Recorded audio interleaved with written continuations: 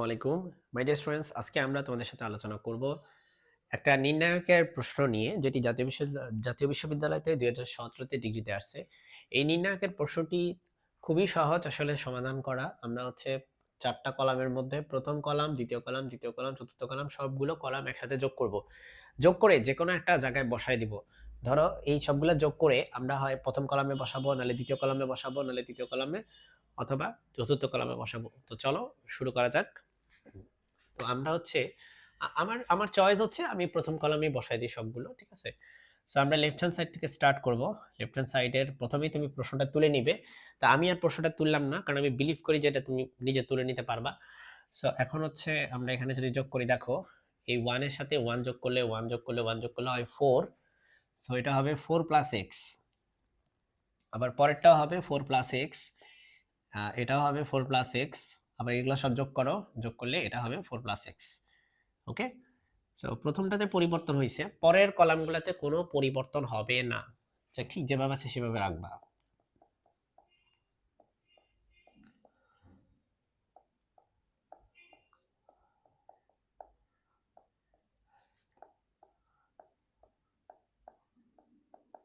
দেখছো, কোনো পরিবর্তন আমি করিনি। তাহলে কি পরিবর্তন করলাম? আমি প্রথম কলামে পরিবর্তন করলাম। তো সেটাকে আমরা হচ্ছে, যেহেতু প্রথম কলামে পরিবর্তন করছি, সেটাকে আমরা এই জায়গায় একটু লেখা উচিত। c1 প্রাইম ইকুয়াল টু হচ্ছে c1 plus c2 plus c3 plus c4। Sorry. তো এইভাবে হচ্ছে তুমি যোগ করবা। ওকে। এবার তোমার নেক্সট কাজ হচ্ছে ভাই কমন নেওয়া। এখানে কমন নিবা। কমন নিলে দেখো এটা হচ্ছে 4 + x কমন যায়, বা x + 4 কমন যায়, যেটাই বলো। x + 4 কমন গেলে এখান থেকে 1 1 1 1। সো এখানে লেখো 1 1 1 1।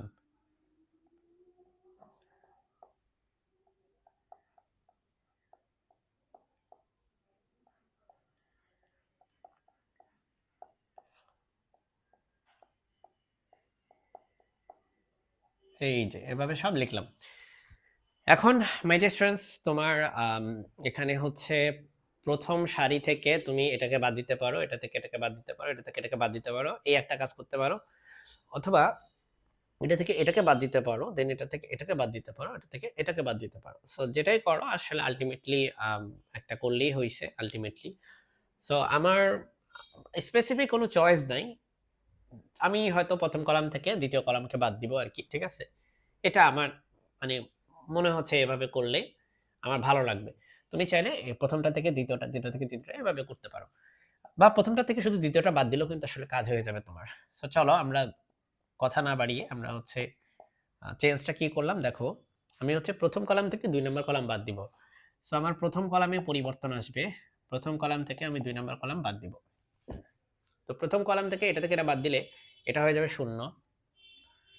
এটা থেকে এটা বাদ দিলে হবে কি দেখো, 1 থেকে 1 + x যদি বাদ দাও তাহলে এটা হবে 1 মাইনাস, শুধু মাইনাস x হয় এখানে, তাই না?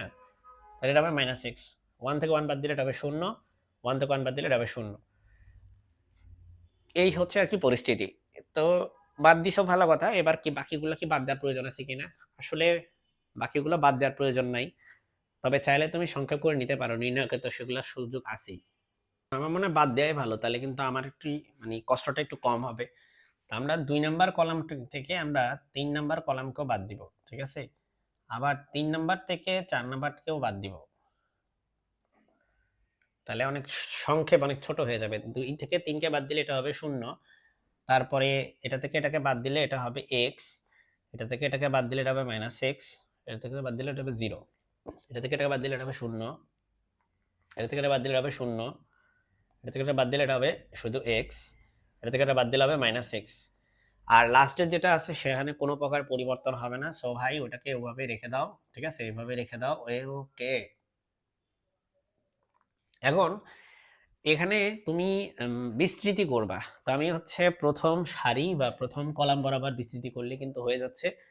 তো আমার চয়েস, এগেন এটা তোমার নিজের চয়েস আসলে। তুমি চাইলে প্রথম সারি এবং প্রথম কলাম যে কোনোটা বরাবরই বিস্তৃতি করতে পারো। সো আমি তো একটা চয়েস করে নিই। তো আমি ধরো যে প্রথম সারিই ধরছি, ঠিক আছে। আসলে চয়েস তোমার নিজস্ব ব্যাপার। তো আমি প্রথম সারি বরাবর বিস্তৃতি করব। তাহলে এখানে এই কথাটা লেখো, প্রথম সারি বরাবর বিস্তৃতি করে পাই প্রথম সারি বরাবর বিস্তৃতি করে পাই, এই কথাটা লিখবা। তো এরপরে তুমি দেখো প্রথম সারি হচ্ছে তোমার এটা, এই সারি বরাবর বিস্তৃতি করা মানে হচ্ছে এই 1 ছাড়া বাকি সব শূন্য। সো তোমার এই 0 0 0 এদের জন্য কিন্তু কোনো হিসাব করা লাগবে না, যেহেতু শূন্যের সাথে কোনো কিছু মাল্টিপ্লাই করলে শূন্য হয়ে যায়। 1 তোমার যে কলামে আছে সেই কলাম বাদ, সেই সারিও বাদ। তাহলে এরা সবাই বাদ থাকে, শুধু এই যে এই 9টা থাকে। সো এই 9টা আমরা হচ্ছে তুলবো এখানে। সো আর আমাদের এই যেটা তো আছেই। সো আমাদের এখানে আছে x + 4 ইনটু এখানে এই 9টা আছে। সো আমার -x, x 0, এখানে 0 0 নিচে আছে, -x 0, x -x। তো এটা সলভ করা খুবই সহজ, তোমরা নিজেরাই পারবা, তারপর আমি করে দেব। এখানে তুমি একটা x কমন নিতে পারো, সবার কাছ থেকে একটা x কমন নিয়ে নাও, অথবা -x কমন নিয়ে নাও। -x কমন নিলে এটা হয়ে যাবে 1, -x কমন নিলে এটা হবে 0 0ই থাকে, কারণ 0 থেকে -x কমন নিলেও কিছু যায় আসে না, কারণ -x এর সাথে 0 গুণ করলে 0ই, মানে -x এর সাথে 0 গুণ করলে 0ই হয়। সো আলটিমেটলি তুমি শূন্যগুলো চেঞ্জ করবে না। -x কমন নিছো, আছে তো x, তাহলে একটা -1 হবে এখানে, এখানে 0 হবে, এখানে 1 হবে, 0 হবে, এখানে -x কমন নিলে এখানে হবে 1, আর -x কমন নিলে এখানে হবে -1।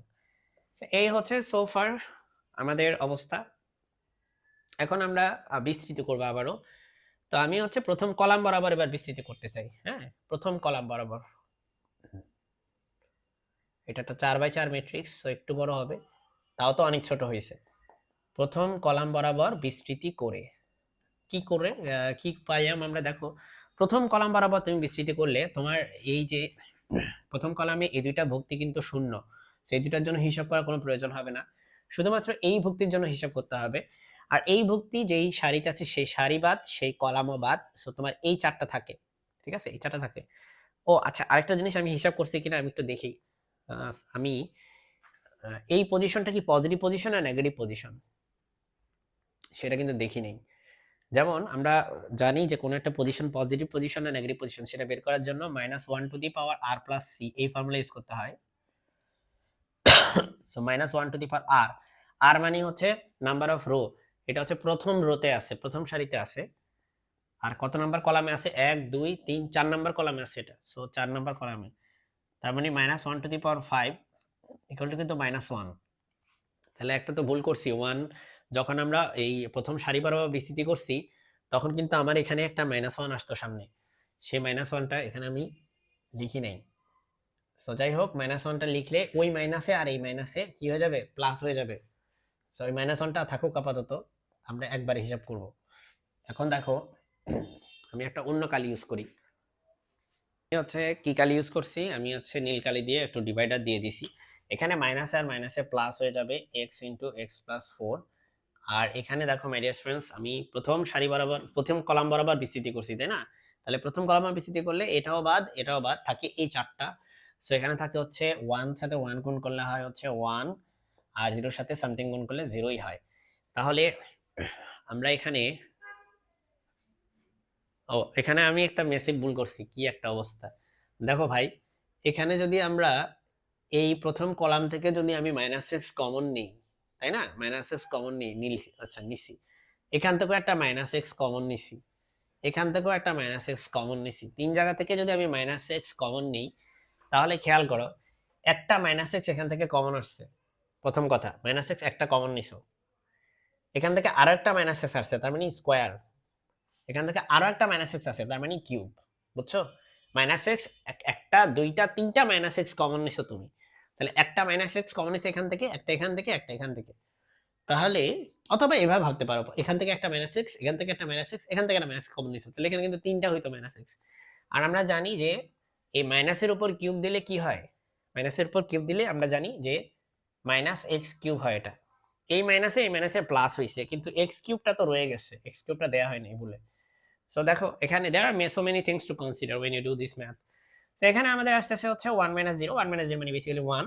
সো এখানে খেয়াল করো এই পজিশনটা কিন্তু positive position, so there is no confusion about that.